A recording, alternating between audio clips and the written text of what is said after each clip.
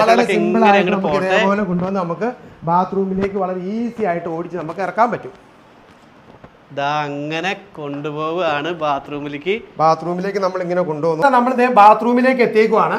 ഇനി നമുക്ക് ആദ്യം ബാത്റൂമിലെ വർക്ക് എന്ന് പറയുന്നത് ആദ്യം നമുക്ക് ക്ലോസറ്റിലേക്ക് എത്തിക്കുക എന്നുള്ളതാണ് ആളെ. രോഗിനെ ക്ലോസറ്റിലേക്ക് കൊണ്ടുവന്ന് ഇതേപോലെ നമ്മൾ കറക്റ്റ് ആയിട്ട് ക്ലോസറ്റിലേക്ക് നമ്മൾ എൻ്റർ ചെയ്ത് വെക്കുകയാണ്.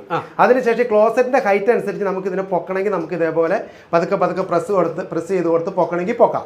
ഇനി താത്തണമെന്നുണ്ടെങ്കിൽ വീണ്ടും നമുക്ക് താത്തണമെങ്കിൽ ഇതേപോലെ താത്താനും പറ്റും. അപ്പൊ ആ ക്ലോസറ്റിന്റെ ഹൈറ്റ് അനുസരിച്ച് നമുക്ക് വെച്ച ക്ലോസറ്റിലെ വർക്കുകളൊക്കെ നമുക്ക് ചെയ്യാൻ കഴിയും. അതിനുശേഷം നമുക്ക് ഇവരൊന്ന് കുളിപ്പിക്കണം.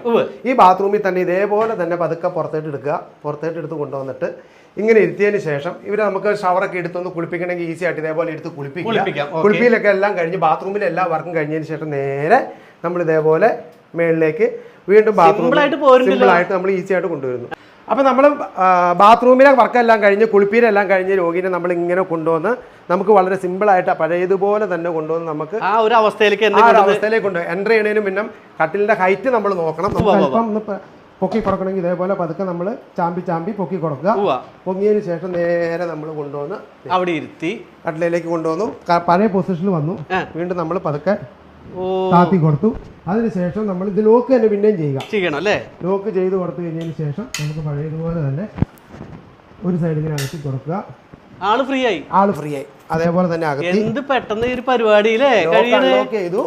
വീണ്ടും നമ്മൾ അങ്ങനെ നമ്മൾ അത്ഭുത കസേര നമ്മൾ തിരിച്ച് നമ്മുടെ പഴയ രീതിയിലേക്ക് നമ്മൾ എത്തിച്ചിരിക്കുകയാണ്. സംഭവം സെറ്റായിട്ടുണ്ട്. അതായത് ഏറ്റവും കൂടുതൽ നമുക്കറിയാലോ കിടപ്പ് രോഗികൾ നോക്കുന്ന ആളുകളുടെ അവസ്ഥ എന്ന് പറയുന്ന ഒരുപാട് ഹോം നേഴ്സുമാര് അതേപോലെ അച്ഛനമ്മമാർ സ്നേഹിക്കുന്ന മക്കള് എല്ലാരും ഒരുപാട് കഷ്ടപ്പെടുന്നു.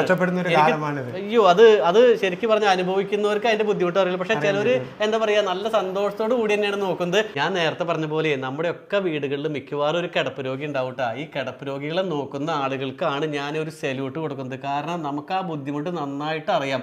എന്തോരം അവസ്ഥയെ കൂടിയാണ് കടന്നു പോകുന്നത് അറിയാം. ഒത്തിരി പാടാണ്. കടന്നു പോണ ഒരാളെ എടുത്ത് പിക്ക് ചെയ്തുകൊണ്ട് ഒരു വീൽ ചെയറിലേക്ക് വെക്കുക എന്നൊക്കെ പറഞ്ഞാൽ ഭയങ്കര തീരെ ആരോഗ്യമില്ലാത്ത ഇങ്ങനെയുള്ള ആൾക്കാരൊക്കെ ആയിരിക്കും ഇത്രയുള്ള ആൾക്കാരെയൊക്കെ വെച്ച് ചെയ്യുന്നത്.